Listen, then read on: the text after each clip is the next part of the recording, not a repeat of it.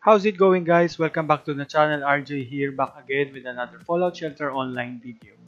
In this video, I'm going to talk about the best ways to use your real-world money in spending in the cash shop or in spending in the game in general. So this video is not intended for the F2P players. If you are an F2P player, I can totally respect that. If you are a F2P player either by choice or by circumstances, it's okay. You can still enjoy the game even though you don't use your real-world money. Now, for those who have infinite amounts of money, this video is not for you because you can just spend on anything on the cash shop and you can do whatever you want with your money. But for those who have strict and limited budgets, this video is for you. Let's start with some baselines. I'll be using some economic terms in this video so I can use my economics degree. And as you can see, I'm using the Philippine peso as my currency, but I'll try to use the dollar so this can apply to a lot more people in other countries. First off, if you can see, some of these items are more than a dollar each. I think this is because of the Google tax or the Play Store tax. But for all intents and purposes, the developers I think intended this to be $1, $2, and $3 each. So I'll refer to these items as such. It will be hard to recommend some items that are of good value because people's budgets differ from person to person and from circumstances to circumstances. Or sometimes this month you have a lot of income to spend on the game, and the next month it will be less. Remember that price and value are different. Price is determined by the seller, which in this case are the developer, and these are the prices given. And value will be determined by the buyer. As a real life example, if a man buys a $1 shades because it's sunny and he uses it, he will feel that he will get good value for that $1. However, if a blind man buys that sunglasses, he will find that there is no value in that sunglasses for him. So in this respect, I will lay out all of my recommendations and suggestions and the reasonings behind them, but at the end of the day, it will be you guys who will determine the value of that item. Nuka-Cola Quantum is the in-game currency, and the easiest and most convenient way to get them is by buying them using real-world money from the cash shop. There are a lot of ways to get Nuka-Cola Quantum for free in-game, but of course, buying it with real money is the easiest. If we use the $1 conversion, one Nuka-Cola Quantum is worth 98 centavos in pesos, or roughly 1 peso, or around 2 centavos in US dollars. Of course, the game will give you a lot more Nuka-Cola Quantums per dollar if you buy in bulk, but I won't consider this because I think this will be for the big spenders. Also, I won't consider the ×2 because that's only for the first purchase. Let's get this out of the way first. The best value in my opinion would be the $1 Desdemona.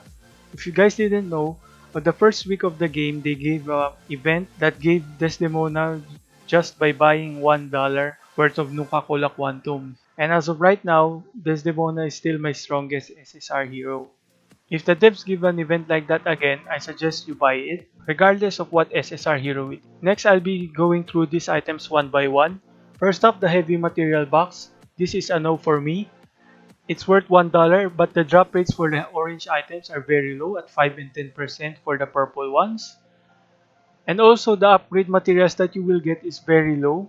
There's a 66% chance that you will get 6 pieces of attachment upgrade material, but only a 9% chance to get 101. In my opinion, this one you're throwing money away. Next up, the best value drawing chest. This one I think is unreasonable but not throwing your money away. It's a cheaper way of drawing a single draw from the Super Duper Mart. It's worth $2. Going by the conversion rate of pre-war money from 100 Nuka-Cola Quantums for 100 pre-war money, this one is actually cheaper to use than drawing from the single draw of the Super Duper Mart. Do remember that the drop rate for Champion's Choice and the supply box is the same.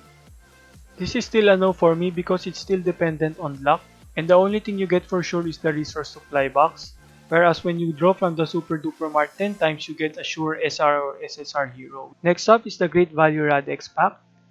In my opinion, this is a good value because for $1 you will have 300 Radex and 30 Nuka-Cola Quantums. If you really need Radex to finish off your farming of junk materials and incidents or getting your workers' posters up, this is a good way to do so, although this is not the best way to get Radex for the game.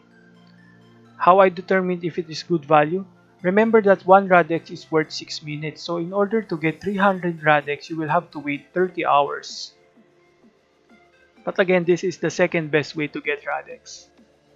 Next up, the value resource packs. In my opinion, these are bad value.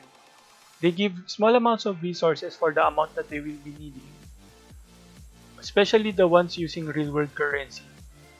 Also, if you really need resources, you can buy from the Wasteland Merchant for 300 Nuka-Cola Quantums as well, but that one will give you 3 24-hour resource supply for a specific resource, which in my opinion is better value than this one.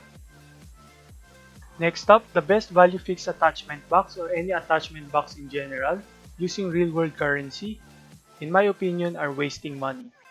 You're basically throwing away money for a chance to get an orange attachment with a so much larger chance to get blue attachments, which in my opinion is not worth $3. Even for $1, it's not worth it. Next up, the best value cola pack. This will give you 200 Nuka-Cola Quantums and 60 Radex for only $1. In my opinion, this is the best value item in the cash shop. No other item can beat this value. Remember when I said that there's a better way to get Radex? This is it. You can buy Radex directly from the vault using Nuka-Cola Quantums. And if you buy 4 times, it will only cost you 210 Nuka-Cola Quantums. However, it will give you 480 Radex, which is greater than the 300 Radex pack. Aside from that Radex value, you can also use your Nuka-Cola Quantums for a lot more things. So in my opinion, this is very useful and of great value. Remember our conversion before that 1 Nuka-Cola Quantum is worth 98 centavos in pesos or around 2 centavos in dollars. This one for $1 will give you roughly 3 centavos per Nuka-Cola Quantum in pesos or not even 1 cent if you're using the dollar currency. So I truly believe that this best value cola pack is the greatest value item in the cash shop. However, the downside is you can only buy once per day. These two are not worth it. The blueprint is just for cosmetics and the pre-war money you can buy from the guild store. Not only will you help your guildmates but it's also cheaper there. And if you're really greedy, you can open your own pre-war money box. As an additional note, sometimes the devs will give additional items that are not here. For example, yesterday there was the lucky pouch boxes which will give resource packs and SR or SSR heroes. In my opinion, those are okay value if you really need those heroes. However, the SR one is not okay because it only gives 30 posters. But the next value one worth for $20 was one SSR hero which is Maxon, which if you really want Maxon, you can do that, but $20 is a huge amount of money to spend. So that one is will really depend on your own budget. For the super duper mart, again, just go for the guild store when buying your pre-war money. And if you're going to draw, I suggest that you go for the 10 times draw because that's 15% cheaper. And you will get an SR or SSR dweller guaranteed, but mostly SR. Not unlike going for the single draws that will have no guarantee. You will see people online that will say that there's more luck in the single draw but there's no numbers to prove that and maybe they're just lucky. For me, it's just tempting fate. For the posters, just for fun, I use the 3 refreshes to get just to see the portraits of the heroes. However, if I really need a poster or two to complete a star rank or to get that specific hero, I will buy from here but only using Nuka-Cola Quantums and just 1 or 2 posters. For example, my Fahrenheit was 48 over 50 and I really want to star rank her so that I can increase my resource productivity. So I bought 2 posters here. In the general tab, none of these items are of good value in my opinion. I guess if you're sick of drawing from the super duper mart or if you've gotten all of the SR or SSR heroes that you want, you can use your pre-war money to buy these lunch boxes, but again, they're not good value. The worst value of all in the cash shop is of course the Nuka Cherry Cola. The game will give you enough Nuka Cherry Cola even from just doing daily events.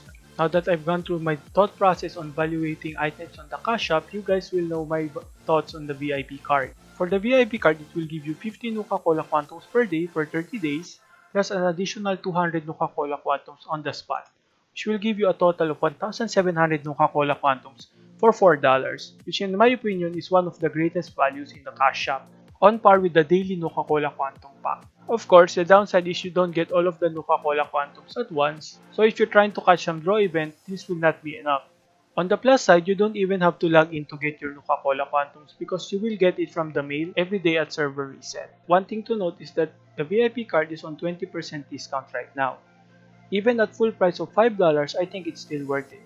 If you catch the 60% discount at the start of the game, That one is the best value item during that time. Another thing is that you can now buy multiple VIP cards, whereas before you can only buy one. This means you can get multiple 200 Coca-Cola Phantoms and extending your VIP cards by 30 days. By doing so, you will also be playing a futures game with the developers in a sense that you will be betting that the price of the VIP card will increase in the following month, so it would be better to buy now instead of buying later. However, I do not recommend that you buy multiple VIP cards for this reason because the developers have full information about VIP prices and purchases, so it will be very unfair to play against them.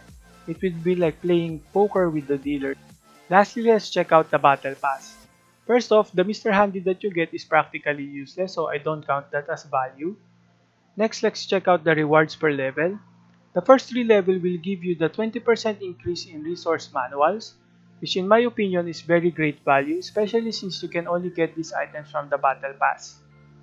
Aside from the manuals, you can also get the golden lunch boxes that, if you can remember, is worth $2 in the cash shop or worth one single draw from the Super Duper Mart. You can also get a total of 2,600 Nuka-Cola Quantums if you finish up to level 30, which is almost double that of the VIP tickets. There are also some attachment boxes that you can get, and also some legendary pets, which in my opinion are bad value because they give the same amount of resources as level 12 normal pets. So in summary, the Battle Pass is very worth it, especially if you can finish it. Remember that you can get a total of 230 Battle Pass points every day, so in order to finish the Battle Pass, you will have to finish all of the daily quests for 26 straight days, which if you already play every day, is very easy to do. Again, the only downside for the Battle Pass is you really need to wait before you can get all of the rewards. That's it for this video, guys. I hope I was able to help you in valuing the cash shop items. And also, you can use this method if ever new items come out. Do you think that the Battle Pass is really worth it? Or maybe I was wrong about some of my evaluations? Don't forget to leave a comment down below. And also, if you like this video, don't forget to leave a like and subscribe. I'm working on another game mechanics video, and also the PvP guide is on the way. So don't forget to subscribe for that. Bye!